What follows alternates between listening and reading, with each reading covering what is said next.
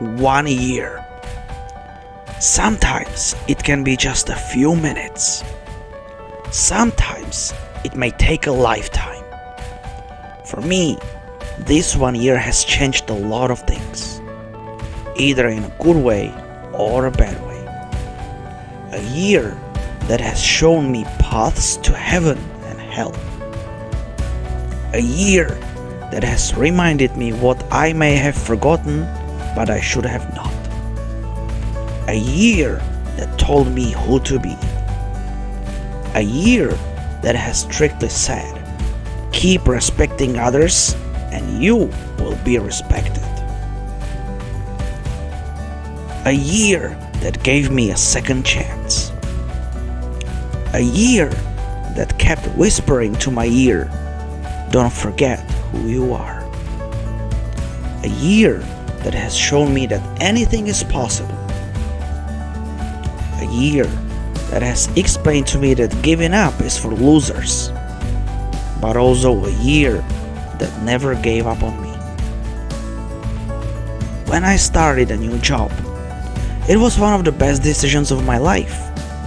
I needed a change. I wanted to show that I can be better, and I wanted my family to see I will always do the best for them. I was adjusting to my new workplace, their system and everything. I nearly had not enough time to adjust to everything when first problems of the last year appeared. COVID hit us again. The autumn semester was really hard. Wear a mask, go to a huge hall to do a COVID test once in 3 days, then once in 2 days, later on, every day. Many work hours were skipped due to COVID testing. People started feeling unsafe, afraid, frightened, uncomfortable, and were only guessing what is going to come next. Then, the day D arrived. The moment which no one wanted to experience again.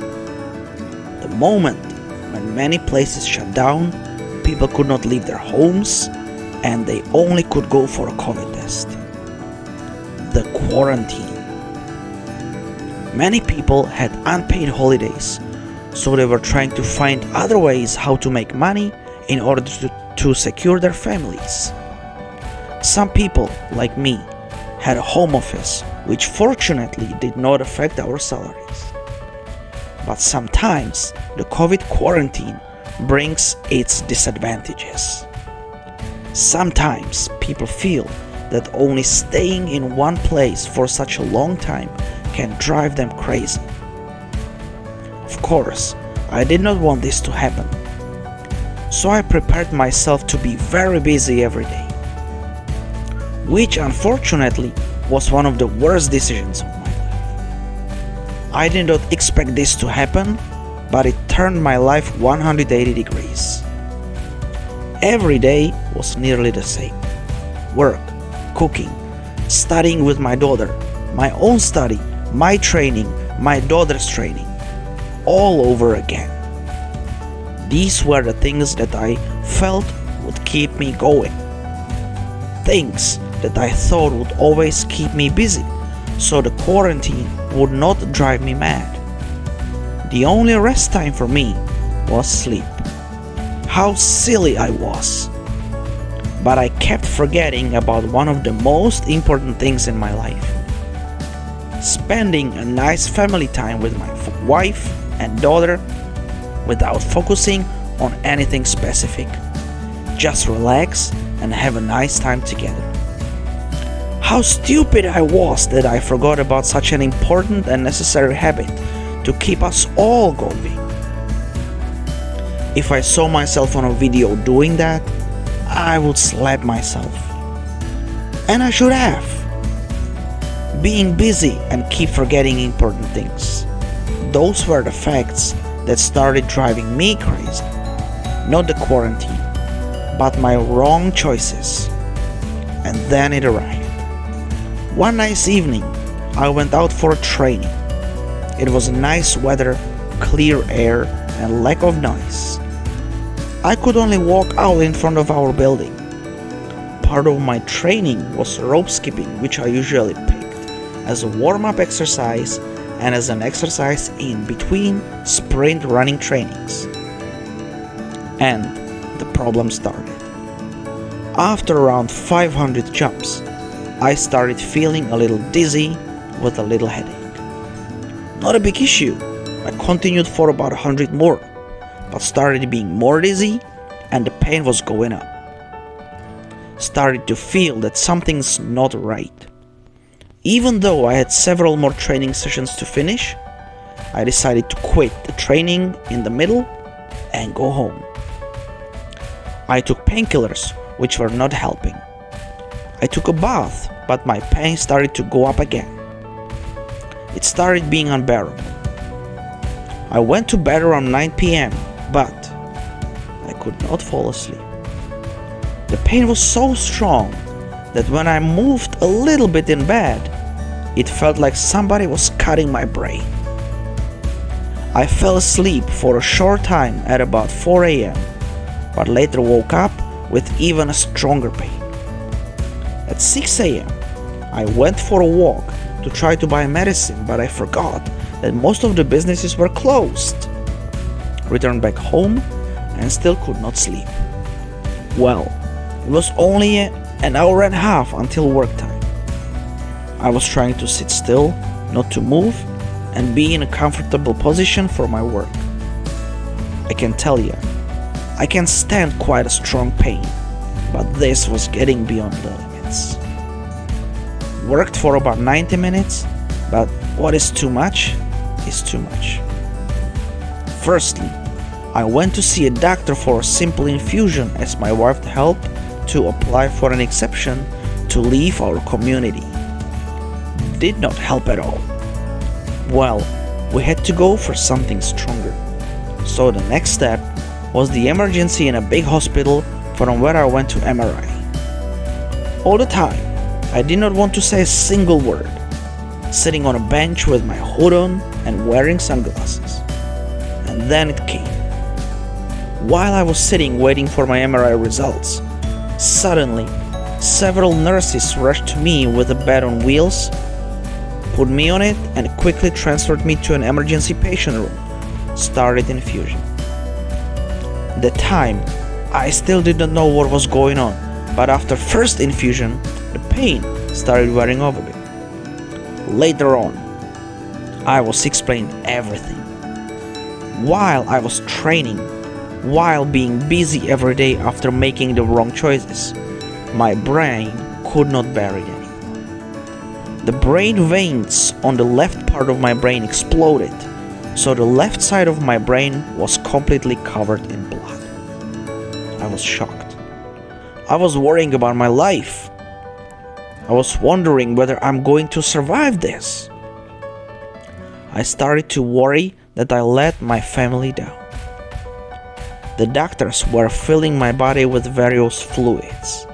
Daily I was receiving around 5 to 6 liters through my veins. I could not even stand up and go to the bathroom. The pain was constant, 24/7. My sleep was usually split into several day periods when each of them was quite short. I barely ate one meal a day, hoping that I'm going to survive this injury. Sometimes my brain was like on a roller coaster. There was a period of 3 days when I completely forgot Czech and Chinese language. My sister typed me. I had no idea what it means. Doctors and family members talked to me, same problem. I was hallucinating, having really weird thoughts, and later on really trying to find a way out of this. After 10 days, the pain started to wear off totally. I spent 14 days in a hospital until I went home. But it was not over. I came home exactly 1 week before Christmas Eve. I was prescribed some medicine to keep using for about 10 more weeks. But some of the nights were really horrifying. Lack of sleep with crazy thoughts, having high sensitivity, fear of losing my life, fear of letting my family down if it happened. Despite eating medicine to help me remove swelling and other meds to support the brain function and sleep, it was not going that well. I even started to have strong feeling that I will end up in a shrink house. All of these things were on my mind approximately until middle of March 2023. Then my condition started to improve. You know, what was my first thing when doctors told me that I can start going back to normal life without using any meds? Well, I went running. I'll tell ya, it was one of the best feelings I have had. I just picked up my favorite place at the riverside. I chose a slow pace, around 7 minutes per kilometer, and I was jogging in the really fresh air for about 45 minutes. It was slow, but it was something. I came back, started screaming with the joy and shedding tears while having this feeling and saying, "I'm back!" It's like a type of a feeling you have once in your life, or once in quite a long time. All of a sudden, all the things started going back to normal. I started being more productive at work. In my personal and family life, I just started being better. I went back to training, improving my stamina, and I even participated in a local 5-kilometer race. I don't know how it happened, but I was extremely happy that everything was going back to normal. Even some things started to be better than before. My brain did not give up on me and gave me a second chance and started being even better. I'm better at work. I understand many more things better than before. I have been taking online courses to improve my knowledge in various spheres, such as well-being, family life, education, languages, and so on. Most importantly, I had to learn the way how not to overload myself again. When the COVID was over, I was finally approved to go to see my family in Czech after more than 3 years. It was such a relieving time I spent there. And more positive things started to come up. When I was young, I was always dreaming about Olympic Games. Just to participate as an athlete would be an unforgettable moment for life. Even though I did not make it, I was lucky enough to find a job to work at 3 editions of the Olympic Games. And that has always been a passion that kept me going. Despite COVID interrupted my dreams, I had received another opportunity which is hard to refuse. Right after coming back home, I was offered an opportunity to help Czech women's volleyball team during the Olympic qualification tournament held in Ningbo, China. Such an honor that is hard to refuse. I took 5 days off and went there. It was such an amazing event, full of unforgettable moments. When I came back, we were sure we finished decorating our apartment, and finally, for the first time in our life, we had our own place to live. And what came next pushed me even further. The night I came back home, my wife announced that we are expecting second one. After my injury, we gave it a free flow as we were planning to have a second child. I did not really expect it would take such a short time. Additionally, we found a better coach for our daughter, and I received another work opportunity to the Olympic Games, which might be the 4th edition of the Olympic Games at my age of 33. We never give up and will always pursue our Olympic dreams. When your life pulls you down, there will always be ways how to get out of it. For some people, it may seem just a tiny needle in a haystack. but for me, it means a lot. I have been offered a second chance. Second chance that I wanted to grab at the right spot. A second chance which I would not be able to pursue without people around me. Second chance which makes me realize that if I fail, there might be no third chance. When your life pulls you down, it is not the end. For everyone, even for you, there will always be a way out of it. Quitters never win, but winners never quit. Do not quit. Do not give up. Keep going. Keep moving forward. If there is something in your past that you are not proud of or you're scared of, throw it away. Look for better tomorrows. We have been learning our entire lives. We have been improving ourselves for our entire lives. When you fall, get up.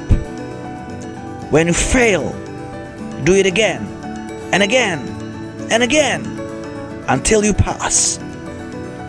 When you feel that your life does not have a meaning, keep looking until you find a meaning. Everyone's life has a meaning. And do not forget about an important thing. Don't give up.